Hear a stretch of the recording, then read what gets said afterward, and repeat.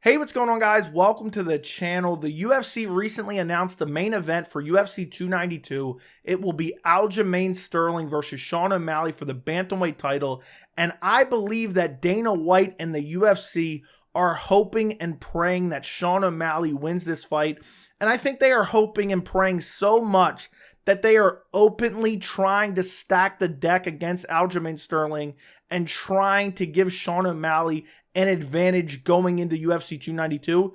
And it's just something that's not being talked about enough. We've talked about it in previous videos, but I wanted to make a video because there's been some back and forth between Dana White and Aljamain Sterling that I want to break down. There's some comments that Sean O'Malley made recently on his podcast that we're actually going to take a look at, and I think they're completely delusional. And then also, I'm going to make a prediction regarding UFC 292 that nobody else has even said that I think will shock you. But the second you hear it and think about it, you're going to be like, oh yeah, that makes perfect sense. That's exactly what's going to happen in this particular scenario. So starting off, how did this all come to fruition? You had UFC 288 on May 6th, where you had Aljamain Sterling defending his belt against Henry Cejudo. And in this fight, it was a very controversial decision. I thought it should have went to Aljamain Sterling. I thought it was razor close. But then the judges' scorecards come out, and you hear that essentially if Derek clearly gave Henry Cejudo round 5, which he should have, then Henry Cejudo would have gotten the split decision. And because he didn't give Henry Cejudo round 5, Henry Cejudo lost via split decision, even though most people, or a large portion, believe that Aljo should have got the decision. Now you look at those scorecards and you know that round 5 is clearly for Henry Cejudo, and that's the round that on the judges' scorecards that gave it to Sterling. It kind of got people up in a roar, and now you have an Aljamain Sterling resume. I mean, talk about the most unlucky guy ever. So first off, he gets illegally kneed in a fight that he's losing at UFC 259 against Petr Yan, and puts on an Oscar award-winning performance, and he gets the bantamweight title off of that. And it's all Mark Smith's fault, because he says to the doctor right in front of Aljamain Sterling, if he can't continue, it's going to be a disqualification. As soon as he heard that, Aljo just flopped back on the ground. And it's all Mark Smith's fault. Nobody ever brings that up. It's 100% Mark Smith's fault. Dude doesn't know how to whisper. And why are you even telling the doctor that? The doctor doesn't care. He's just there to make a determination. So shut your mouth, Mark Smith.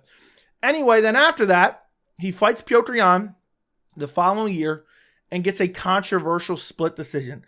I thought Petr Yan won this fight, but it wasn't a robbery. It came down to the first round, which was razor close. Could have went either way. So I didn't think it was a robbery. Aljamain Sterling retains the title against Petr Yan against all odds. Then he goes on to fight at UFC 280 against TJ Dillashaw. And TJ Dillashaw comes in with a shoulder injury and gets absolutely manhandled and dominated. And so Aljamain Sterling wins in dominant fashion. But it's like, oh, you beat up an old fighter who was out for years and had injuries, and he came in with an injury. And, you know, we're going to discredit you even more. And I'm guilty of doing this as well. That's why I'm talking about it here. I'm not afraid to admit what I've done. And then he goes into Henry Cejudo fight. Now he wins via split decision. And the round 5 just really got people annoyed. And then immediately afterwards, you have this WWE-esque altercation in the cage. It looks like somebody's about to smack each other up. Somebody's about to smack somebody upside the head with a steel chair. You know, it was just corny. It was cringy. I made an entire video about it. I'll link it down in the description if you want to go check it out if that interests you at all. But you have this altercation in the cage. They bring Sean O'Malley in the cage afterwards. And I think this is very important because I believe it sets the tone for the story that is going on with this whole scenario. And then you hear Dana White essentially come out and say, yeah, I'm going to make that fight in August. We're going to have Aljamain Sterling versus Sean O'Malley in August. That is when the fight's going to happen. And then you hear Aljamain Sterling coming out in the next couple of days. Well, I'm kind of banged up. I would really prefer like September, October. I really don't want August, you know. And then like 2 days later, Dana White comes out the same day as Francis Ngannou announced his groundbreaking massive deal with PFL. Did an entire video on that. I'll link that down in the description. Just happens to be that same day. He comes out and says Aljamain Sterling versus Sean O'Malley will be the main event of UFC 292 in Boston on August 19th. And I'm stressing the date for a reason, and we're going to talk about that in a second. But when I made the video, the reaction video to that news being announced, I said, look, it wouldn't shock me if half these fights weren't actually signed. on paper the bout agreements. When a fight is made, there's bout agreements sent out. The fighters sign them, send them back. That's what makes a fight official. And the UFC has a bad history of announcing fights that aren't signed, especially big anticipated matchups, in hopes to pressure a fighter into accepting a fight on a certain date, even if it's not ideal for them. And, of course, Paulo Costa, Ikram Aliskerov came out. Paulo Costa hadn't signed that. And Aljamain Sterling's coach came out and said he hadn't signed that. We're going to get to that in a minute because Aljamain kind of walked it back a little bit, but we'll talk about that in a second, what I think happened. But you look at that turnaround, and I knew it immediately as soon as we were talking about it that Saturday night at UFC 288. You look at that turnaround, it is 3.5 months. That is not an ideal turnaround after a hard-fought 5-round fight against Henry Cejudo. And you start hearing people say, from Aljamain Sterling's corner, his coach say, well, this is the first I'm hearing of it. And then you hear rumblings that, Aljamain Sterling, he was on the MMA Hour and was saying, I don't know, I'm kind of banged up. And, Aljamain Sterling makes some comments essentially alluding to, I don't know, I might not be fighting at UFC 292. And then you hear Dana White at the recent post-fight presser for, I think it was Dern versus Hill. And he kind of slammed Aljamain Sterling. And they asked him, is that fight happening? And he was like, yeah, that fight's happening. And Aljamain Sterling can't get out of his own way. What I believe happened here is Dana was really annoyed with Aljamain Sterling. And I believe Dana White does not want Aljamain Sterling as a champion. We're going to talk about that here in a second. But I believe what truly happened is I think they talked to Aljamain Sterling after the fight. And he said, look, we want you to fight at UFC 292. We want you to headline against O'Malley. And Aljamain Sterling said, well, let me see how I heal up, but I probably can do it. I don't think he committed to 100%. And then I think Dana White just said, oh, well, we're announcing it anyway, especially Francis Ngannou PFL deal. We got to take the shine off that. I think that's what Dana White did. And then when Aljamain Sterling kind of came out and said, look, I'm kind of banged up. I got to heal up and see how that goes. And I got to get into training camp and see how that goes. And I might not be fighting on UFC 292. It really pissed Dana off. I think it really pissed him off. And that's why I said, oh, Aljamain Sterling can't get out of his own way. And when Dana White makes comments like that, the MMA media, they don't have the spines, and I don't necessarily blame them because they're worried about getting banned, but they don't have the spines to say, what do you mean by that exactly? And, even if they do ask him, Dana White's going to give some vague response and kind of just shit on him a little bit more and not really answer the question, so it really gets you nowhere. But I think Dana White was just pissed off that Aljamain Sterling came out and said, look, I'm banged up. It might not even happen. I may not fight at UFC 292. But then you recently had Aljamain Sterling come out and say, look, I'll fight in July. I'll fight in July if you guys really want to. I think Aljamain Sterling basically got bullied into taking this fight at UFC 292. I really do believe he got peer pressured essentially by Dana White, by the UFC fans. He had to take this fight. And I think the way he responded, he said, look, why does Dana always got to try to devalue my name and basically anti-promote? You're supposed to be a promoter, promote your fighter. And I really do believe that it all comes down to money. I think Dana White and the UFC believe that Sean O'Malley can be a star. I know a lot of people like to say, oh, Sean O'Malley's already a star. He's not already a star. He needs to continue to win. There's that star power potentially there. You can kind of see it budding, especially with 16-year-olds who wear, marijuana leaves, embroidered on their socks. They're definitely going to be asking their parents to help them buy a Sean O'Malley pay-per-view. But it's kind of budding, but it doesn't happen until you continue to win, and especially win a title. It was already Conor McGregor was going to be a star, and then he kind of headlined against Dennis Seaver, and okay, now he's getting a title shot off Dennis Seaver, and he was supposed to fight Jose Aldo. He fought Chad Mendes instead. He finishes Chad Mendes in a crazy wild fight, and that's kind of the moment that Conor McGregor's a star now. And Sean O'Malley kind of has that. People like the crazy hair and the way he acts, and he's got tattoos on his face, and he smokes weed, so he's really cool to 16-year-olds. And, the UFC sees that, and they want to build Sean O'Malley into a star, and they just really want Aljamain Sterling to lose this belt. And you have a scenario where you essentially have a 3.5-month turnaround from UFC 288 to UFC 292. And the UFC is intentionally doing that. They had this plan all beforehand.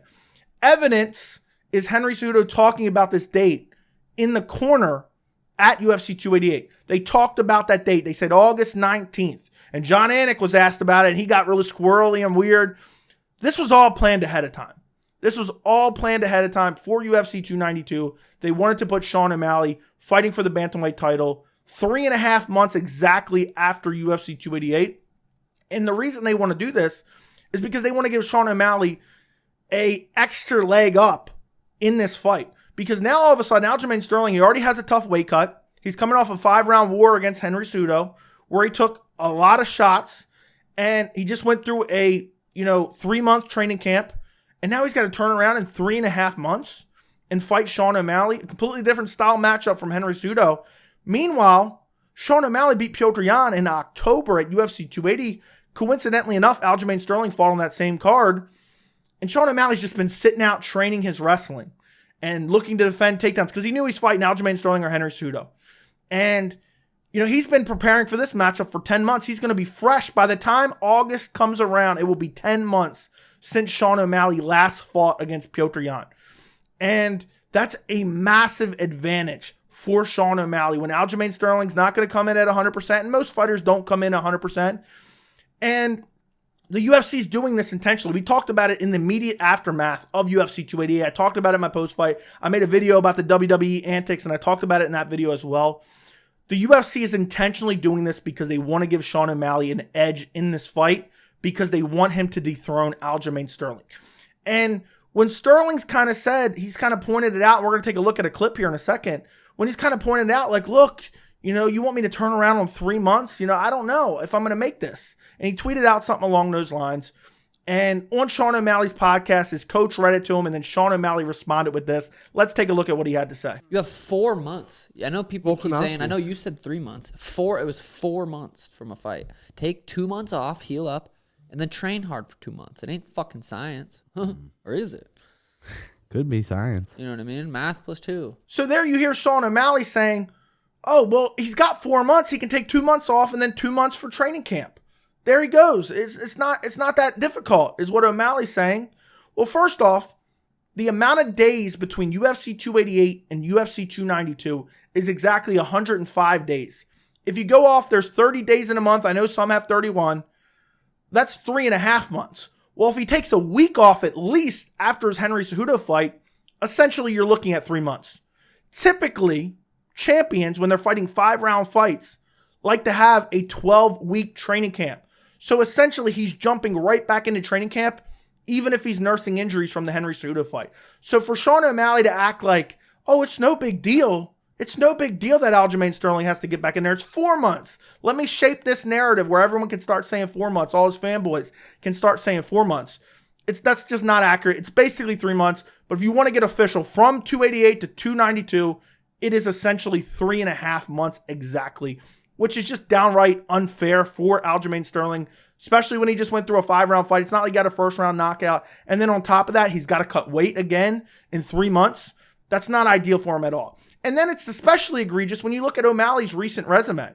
You look at him, by the time he fights Aljamain Sterling, you go from August to August of 2022 to August of 2023 to end. You essentially have Sean O'Malley, who has 2 fights in that same span. 2 fights, including the Aljamain Sterling fight, is what I'm saying. So he had 1 fight against Petr Yan, and now he will have another fight against Aljamain Sterling. You look at Aljamain Sterling, in that same span, this will be his 3rd fight. He fought TJ Dillashaw at UFC 280. He fought Henry Cejudo, and now he's fighting Sean O'Malley. This will be his 3rd fight, August to August. So for Sean O'Malley to sit and act like, oh, it's 4 months, it's no big deal. It's 3 months. And you've had 10 months. It'll be 10 months between O'Malley's last fight and the Aljo fight. Meanwhile, Sterling's only getting 3 months, 3.5, if you want to be generous. That's just ridiculous. And they're doing this because they want Sean O'Malley to win, because they believe Sean O'Malley will have star power if he's able to get the belt. But they don't like O'Malley's chances against Aljamain Sterling. They don't like his chances, and I don't think O'Malley likes his chances either. Because we found out from Aljamain Sterling in the cage at UFC 288 when he's shouting and they were having the WWE altercation, O'Malley was offered the fight at UFC 288 and he turned it down. That's why Henry Cejudo got the fight. O'Malley said, no, give me more time. I want to be able to work on my takedown defense. And I knew this would happen. I want to work on my takedown defense for 10 months, get basically a year training camp for Aljamain Sterling, and then I'll have the most ideal scenario to beat Aljamain Sterling. essentially what, we have the BMF belt at UFC 291. And that reminds me of WWE. Then we had the WWE altercation between Aljamain Sterling and Sean O'Malley at UFC 288. And it's got me thinking, I can make another WWE comparison here. Essentially what Sean O'Malley's doing here, he's cashing in the Money in the Bank. Back when I used to watch WWE as a kid, somebody who won the Money in the Bank, which was a guaranteed title shot, which is essentially what Sean O'Malley got at Piotr Jan. He got a guaranteed title shot, beating Piotr Jan in a robbery decision win. He got that guaranteed title shot. And then in WWE, what they would do is they wait till someone has a really crazy fight or match, whatever you want to call it, and they were tired and they were injured and they had taken a lot of damage. And then they're like, oh, let me cash in this Money in the Bank. Easy win. That's essentially what Sean O'Malley's doing here. He's cashing in his Money in the Bank. The UFC's co-signing it. They've been planning this behind the scenes the entire time, and they want Sean O'Malley to become the bantamweight champion. Now, the one prediction that I want to make that I've heard nobody say, not on Twitter, anywhere, nobody suggests this. I believe there will be another bantamweight fight on the card. I don't know which fight it'll be. Maybe it'll be Umar Nurmagomedov versus Corey Sandhagen. I'm not sure what fight it'll be. If Aljamain Sterling ends up pulling out of this fight, the UFC and Dana White will shit all over him. They're already built that narrative. It'll be John Jones versus Dan Henderson / John Jones versus Chael Sonnen, the fiasco from UFC 151 all over again. If Aljo pulls out with an injury because he's pushing himself too hard, he just had a 5-round war with Henry Cejudo. If he pulls out, they will make an interim bantamweight title, Sean O'Malley versus whoever is the most ideal matchup. Maybe they'll put Henry Cejudo on that card because Henry Cejudo, wrestler, he's going to try to wrestle Sean O'Malley if he fights him. He's not going to sit there and try to strike with him, similar to Aljamain Sterling. And if Aljo ends up pulling out of this fight card, mark my words, I will bet my life on it. If Aljo pulls out, they will shit all over him. They will criticize him. The fan base will go nuts. It'll be like a bunch of rabid NASCAR fans attacking Aljamain Sterling. And they will make an interim belt. Sean O'Malley will fight for the interim belt at UFC 292 against another bantamweight, which they probably already told him, look, we're going to put this bantamweight on the card. They will be the backup for this fight. Mark my words, I would bet my life on that. Let me know what you guys think down in the comments. I just really believe the UFC and Dana White sees dollar signs. They don't like Aljo. The fans don't like Aljo because of his checkered past and his resume, whether you agree with that or not. They just really want Sean O'Malley as the bantamweight champion. But let me know what you guys think down in the comments. Don't forget to like the video. Don't forget to subscribe. And thank you so much for watching.